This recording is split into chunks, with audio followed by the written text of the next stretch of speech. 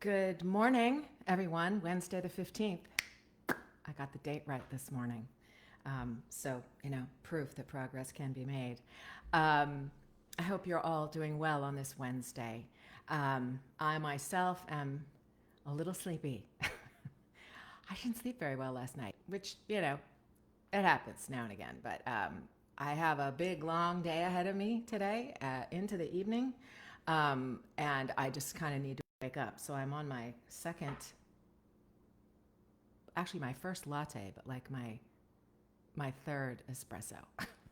So I'm hoping that will wake me up. As always, if you would say hi in the chat so that I know you're here. It always helps to know that I'm talking to actual, real, live people when this is going on. But nonetheless, I will keep talking because I know a lot of you catch this on the replay, which is awesome. I really appreciate you watching, and I realize that the live doesn't fit everybody's schedule. So I do appreciate you watching when you can. Hi, Jeff. Hello. Oops. Sorry, didn't mean to do that. Hope I'm still going. I am. Okay. So today's topic is group classes and workshops and how to hold your own in them. The original question was actually how not to be nervous in a group class. And honestly, I think first, let me say that I think that nerves are a really good sign.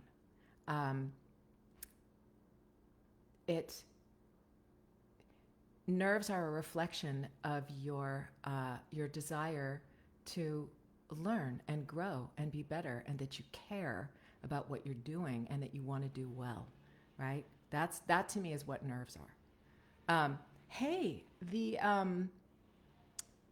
the gardeners are here, so that should be exciting for us in the next 15 minutes.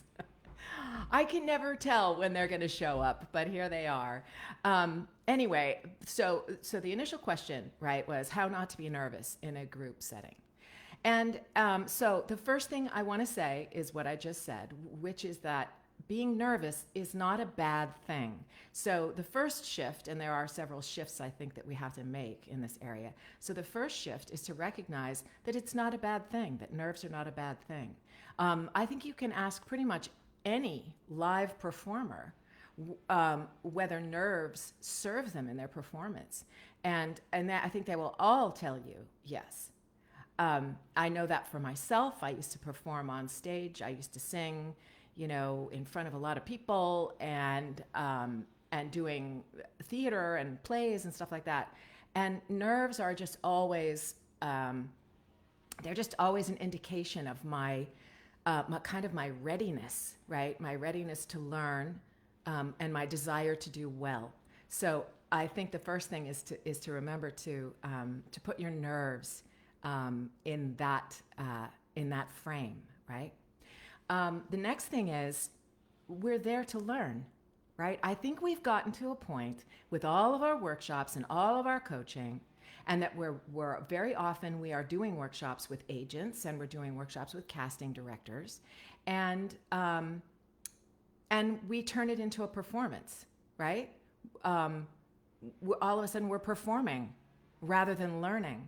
And workshops, in my opinion, workshops and classes, you're there to learn. It's not expected by anyone. I teach a lot of workshops. I have no expectation that everybody is going to be perfect. And in fact, when I coach a workshop, I ask people not to practice. Don't practice your performance for me because I'm going to try to teach you something. You're not there to prove anything to me. You're not there to prove anything except your willingness to learn, to listen, and to apply, right? To apply what you've learned. Good morning, Yvonne. Right? We have to shift this notion that we've all come to know, which is that workshops are about performance. They're not. You're there to learn.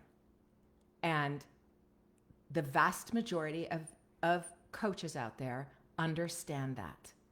Okay? So you're there to learn. That's all. I will say that certainly if you're seeing an agent, right? If there's an agent teaching the workshop, are they looking for new talent, right? I would say they're not. That would be my first inclination, right? Is to say they're not looking for new talent. If they are teaching a workshop and they happen to find talent there that they might be interested in, that's a different thing, right? But they are there to teach you as well. Agents are too, right? That's what they're there to do. They're not there scouting. There may be a few people who would disagree with me on that, but I think established agents, they've got their rosters and they are working hard for their rosters, and so they'll always have a sense of being open to new talent, right? Always. So I don't mean to say it's not like they're closed. I just don't think that they're like, hey, I'm going to teach a workshop because I'm going to look for 5 people that I can bring onto my roster. I don't think, and hopefully, if I'm wrong, there's an agent who will correct me on this. But I think that they all grasp that they are there to teach you something, and the thing, I'll go even further and say that the thing that if they're teaching, the thing that they would be most responsive to is your openness to learn and your directability, right? They're not looking, if they're looking for talent, they're not looking for perfection. They're looking for all of those other things, right? That are kind of intangibles in a certain way. Are you open? Can you take a direction? It's not where you start, at the beginning of your time in the booth. It's where you end, right? So I think the biggest shift there is to understand that by and large, you're not there to perform, you're there to learn. And that if you can really take that on, it will shift your sense of nervousness, right? There certainly is an underlying anxiety there, I think, for a lot of people. And what that underlying anxiety is that you're not good enough. And everybody else is better than you. And you'll never get ahead. And you'll never make progress.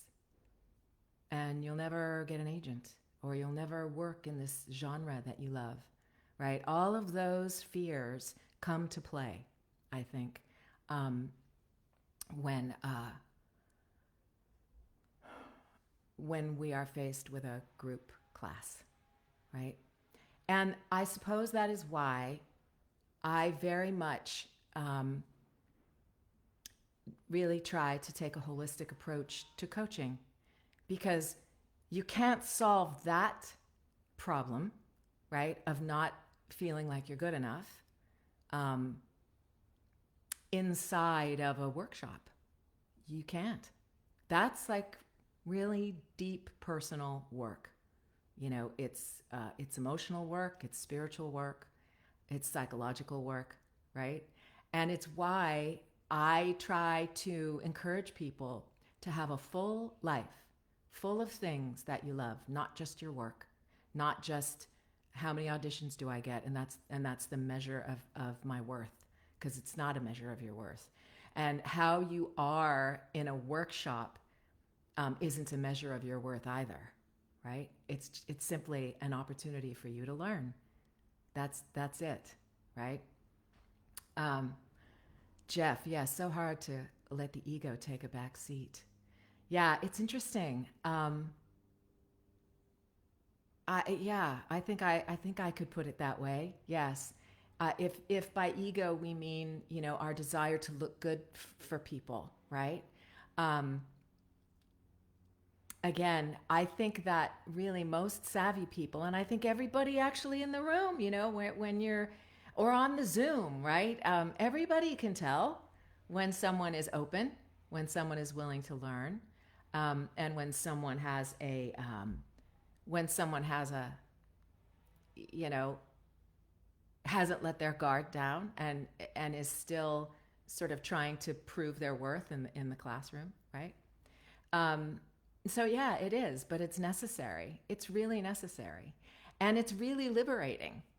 And the other piece of that is that there's so much to learn from the other people in the class, and that's why I love classes, right? I love them more than one-on-one coaching because we learn so much in a group workshop from everybody else. And it's been my experience that there's usually one person, right? Whenever we begin, everybody's a little quiet and a little like, who's going to go first? And, a little, right? It's there. You can feel it even on Zoom, right? But there's always someone who is willing to let that guard down and to be vulnerable, because that's what it is, right? As you say, Jeff, hard to let the ego go. But when you let go of your ego, right, what you're doing is you're actually being vulnerable, and you're sort of putting on display the fact that you don't know everything. And that is actually a vulnerable place to be. But when one person does it, all it takes is one person in the classroom to be willing to do that. And then everybody else exhales and they realize they can do it too, right? And so in the classes that I have taken myself in workshops, I try to be that person. I try to be that person in not just like in voiceover settings, in any setting where I am trying to learn something, right? When I'm there to learn something. I have kind of made it my mission to be the person who will raise my hand and admit everything I don't know, right? And I won't pretend that I understand a particular term or, I just won't. It doesn't help. Doesn't help me. Doesn't help the class. But I can pretty much guarantee if I am raising my hand and saying, I don't understand what that means. Can you explain that term? That at least half the class has the same question, right? Everybody's in the same boat. And so that's another really important thing to remember about nerves in a workshop, in a group setting, is that everybody is feeling that way. And so it's really quite a gift to everyone else if you can be the one who says, I don't know what I'm doing, but I'm going to try, right? And then really you open up the playing field for everybody else to jump in and to be vulnerable. And the only time we can ever learn anything is when we admit what we don't know. Perfection is no place to learn. You can't. So if you pretend to be perfect, if you pretend to get everything right, where's the space, right? Where's the space to bring in something new, right? And that's a really, that's a piece of why I don't like for people to practice before they come to my workshop. And the only sort of exception to that is, I think sometimes, like, I have coached several people who are dyslexic, right? And it's very important that they read the words out loud first, right, to get them in their mouth. You may not even be dyslexic and still need that, right? That you need to sort of read through something, try to grasp its meaning, and make sure that the words come out of your mouth, right? Which is very different than practicing a performance. That's just kind of getting, again, like getting the words in your mouth is really how I like to say it. So so in that regard, I try to be sensitive to the different ways that people learn. But for the most part, it's like I don't want to give copy early because I want there to be like I don't know, and I'm going to have to figure this out. And that's right.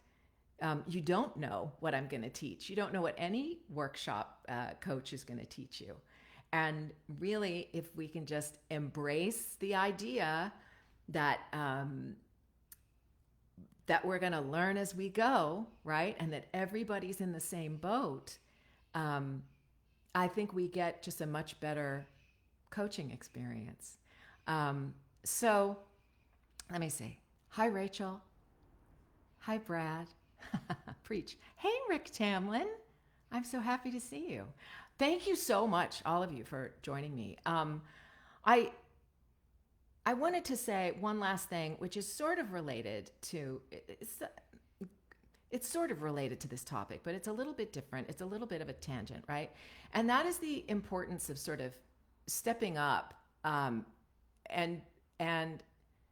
in your stepping up is where you're really helpful, right? If you're the first person to sort of let go and be willing to be vulnerable, how you really, really do help everybody else in the class to be free to do that.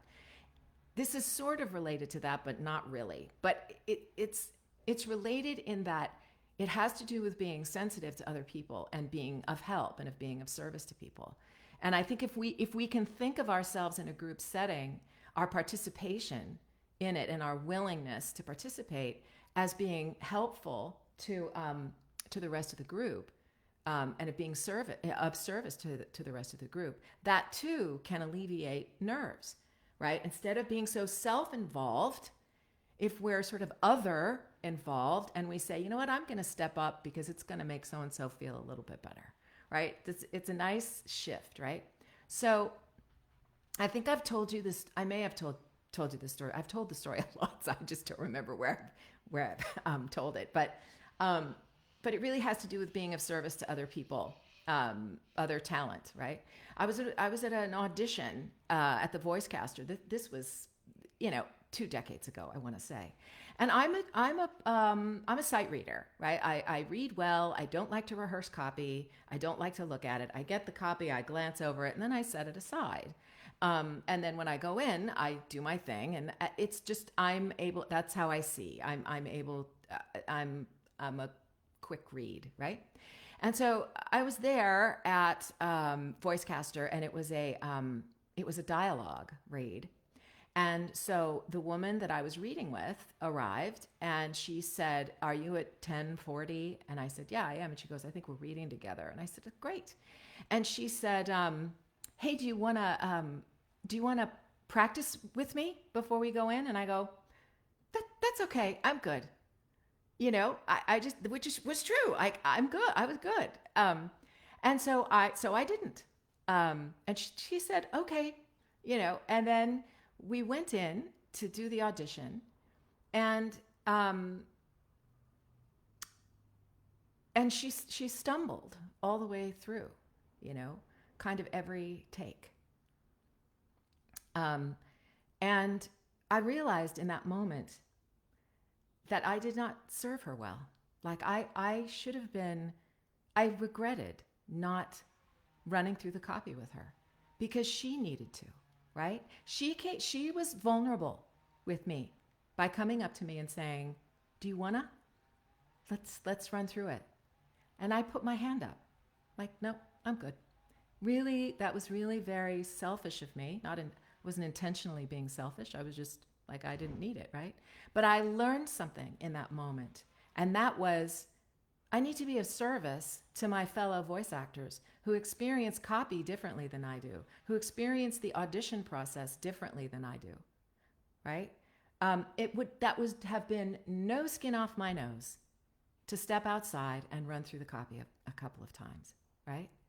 And so that kind of experience I wish I knew who she was. I don't think I ever saw her again.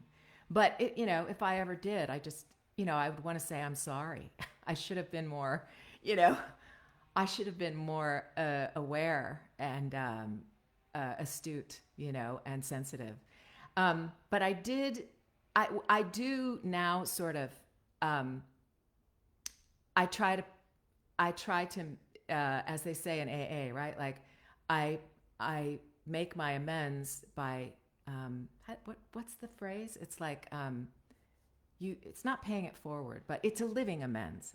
That's what it is, right? That I have to do that with others in my life who sort of present the same opportunity, right? And so to be of service shifts the focus from myself onto others, and it's the same in a group class. If you can walk into a class and say, how am I going to be of service in this class? And a piece of being service in a classroom setting like that is to be vulnerable, right? You don't have to go first to be vulnerable, right? You just have to be willing to admit what you don't know and that you're there to learn. And you have to be willing to accept yourself as not being perfect, and that your performances won't be perfect. Your reads won't be perfect, right? So that's really it. I have, once again, I always feel like, this is so one-sided. I just blather for 20 minutes, but that's really it, right? Being anxious is natural, normal. Being nervous, natural, normal, right? It's good energy. So I would say, really, try not to fear it. It is what it is, and everybody feels it. You are not alone. And then the second piece of it is, be willing to be vulnerable, because it allows the rest of the group to do the same. And then, you really open up opportunity for growth and learning in the class. I've seen it. It's astounding. It's fantastic. Those are the best classes. And then being of service to other people, whether it's in a group, whether you're in an audition setting where you have a partner that you're reading with, just being of service to your fellow voice actors is an awesome thing. So I hope you guys have a great rest of your Wednesday, great rest of the week. I'm going to be out of town next week, but I'm still going to try to make the Facebook Live. That's my goal. But if I don't, it's because I couldn't get my act together while I was out of town. But I'm taking all my gear, and so I should be with you next week as well. And of course, please always, send a line, drop a line, ask a question. You can do it in the group. You can, direct message me, DM me. I am here. And I'm always willing to answer whatever questions I can. So be well, take care of each other, and I will see you next week. Ciao.